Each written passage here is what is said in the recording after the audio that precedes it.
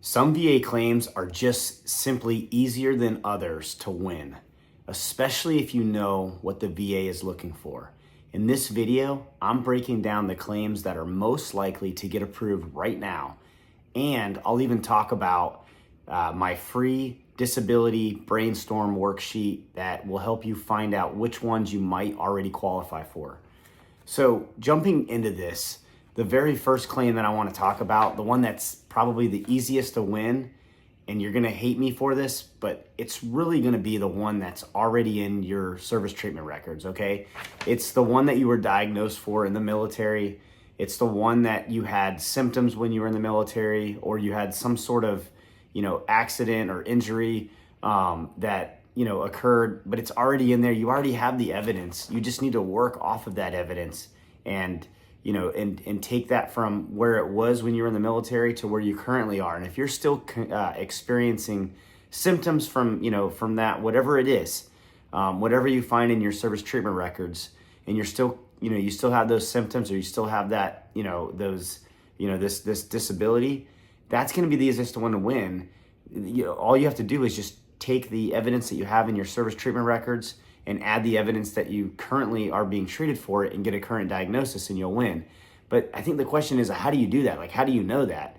And if you're thinking that question right now, and that's a question that you have and you're not sure what the answer is, you're not alone. I was there too. When I first started this process, I had no idea. Someone mentioned it to me. I had already been out for 10 years, and I started thinking, where do I even go from here? And that's kind of what I did. And I created, years later, I created this Google Sheets document. It's free for you. If you type in down in the comments below brainstorm, I will send you a link to it. All you need is a Google account, and then you should be able to just make a copy of this thing, and you can use it for whatever purpose you need to. But it basically helps you, it grounds you, it kind of gives you an opportunity to give some sort of like step-by-step, like, what do I do here? And basically the first thing it does is it tells you to go into your treatment records from the military and figure out what you complained about when you're in the military, what you went to the doctor for, and then it kind of helps you connect the dots to today. And obviously there's a lot of stuff in between that, but that's what that is. So if you want a free copy of it, just type brainstorm down in the comments section below, and I'll send you a free link for that. But moving on from that being the most easiest, I want to move into some other claims, 10 to be exact, that are very simple to get if you have these conditions, even if it's not in your service treatment records. And I'm going to back this up by data. So I'm pulling this off the eBenefits website. This was a 2023 report, and I'll link to the long document so you can read it for yourself. But basically, the VA showed a list of 10 of the most prevalent conditions. Now, that doesn't mean that they're the easiest, but they're the most prevalent. They're the ones that are most claimed and most won.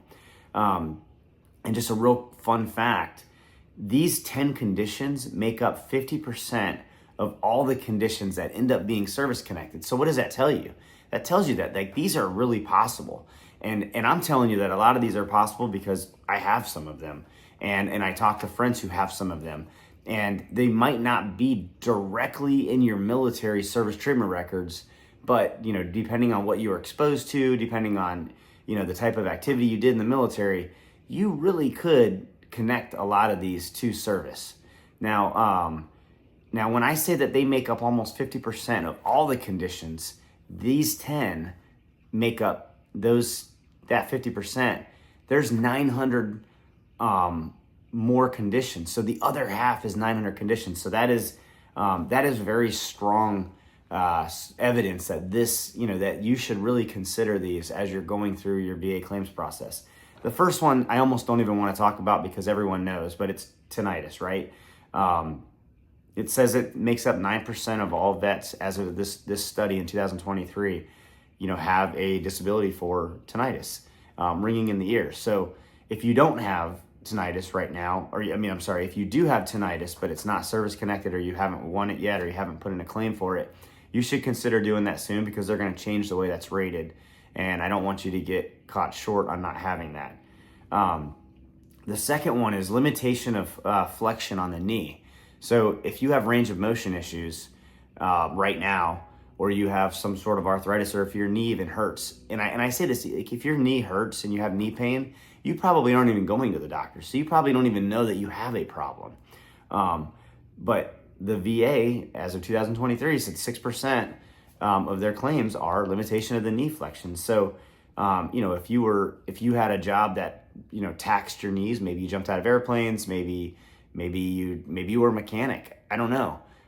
There's a very good possibility there that you could have, if you do have condition and you get a current diagnosis, there's a good chance that with the right medical evidence, you could get that direct service connected. So just keep that in mind.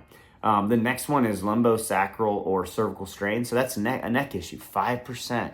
That's a condition that 5% of on this list is 5%. So, if you had if you wore a Kevlar helmet when you're in the military all the time, maybe you bumped your head wearing that thing. Like, I don't know, but if you have neck issues, if you have range of motion issues, if you have arthritis or degenerative disc disease in your neck, go get it checked out, see a doctor, see if you do have those issues, and then we can work backwards from there, right?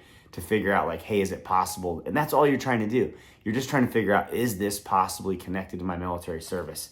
And according to this study, there's a lot of vets that have these conditions, so it's very likely that you are one of them. You just haven't put that claim in yet. Limitation of motion of the arm. So shoulder injuries, right? I know I have shoulder injuries. I have shoulder pain. If you have shoulder pain and you have a current diagnosis, go figure out what it is, and then figure out, was there something that you did in the military that could have caused that? And it might not happen all the time, but that's what we're doing here, right? We're exploring these things to figure out, should this be connected? We're not trying to say that it should be because we say it is, but we're trying to figure out, do we have a potential claim here? The next one is scars or burns that are second degree. So obviously a lot of vets have this. It's documented here. It's 3.8%. So you want to figure out if that's you. The next one is hearing loss. I was actually surprised to see that. I always thought it was a little bit hard. I know the ratings aren't very high for hearing loss, but that's another one. So so check that out. Like, do you have hearing loss? I bet a lot of vets have hearing loss. And it should be very easy to connect it to your service because we were exposed to loud noises. The next one is limitation of motion of the ankle. In the military, we had ankle problems were every day.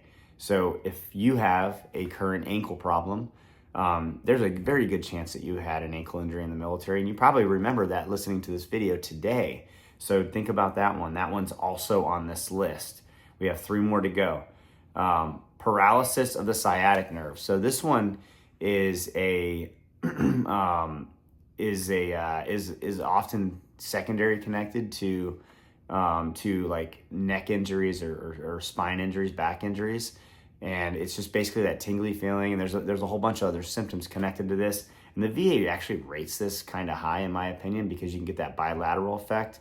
So I will say that if you have knee or back injuries, neck or back injuries that are already documented, and you haven't tried for, or you haven't talked to your doctor about radiculopathy, do that, because that could be something that you're missing, and it's on this list as most prevalent service-connected disabilities.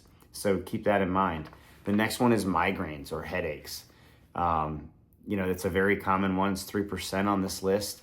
So if you have migraines or headaches, and this one can be commonly connected to a bunch of secondary, this one could be a secondary to a whole bunch of different things. I think it's on my list of secondary conditions that I have. If you're interested in that list, just put secondary down below. And I forgot how many, but I have like maybe 20 common secondary conditions and what they're connected to. It's a list that helps you kind of like look at where, what could you possibly claim as a secondary condition. If you want that, just type in secondary below, and I'll send that to you free of charge. And then the last one is post-traumatic stress disorder, so PTSD. A lot of vets have that. It's listed here as of the 2023 study as most prevalent service-connected disability. So if you do have PTSD, hopefully you already have it service connected. Hopefully you see a doc, because I want to make sure you get the treatment that you need. But definitely look at it. So look, this video really is more for inspiration. I want you to not think about how can I chase 100% or how can I chase a rating. I want you to think about, what do I currently have, or what am I currently experiencing in my life that could be service connected, but I just haven't thought of everything I need to think of to get that service connection. And that's really what this is. It's more to inspire you to go out and do that. I want you to get the rating that you're supposed to have, not just, taking what the VA offers. I wish that there was some magic system that they could just give you the rating that you're supposed to have and be done, but that's not how it works. So you need to do a little bit of research, and I hope that this helps you. Again, if you want that, the disability brainstorm worksheet that's in Google Docs that I have, it's free for you. Just type in brainstorm down below. I'll send you a link, and hopefully it'll kind of give you a roadmap of where to go and how to get things accomplished. You can take that disability brainstorm worksheet, in the ideas that you come up with to your VSO. And I think that might help your VSO be more efficient in helping you with what you need, because you've already done a lot of the research, and they can kind of get you to the next stage. So I hope this video helps out. Good luck.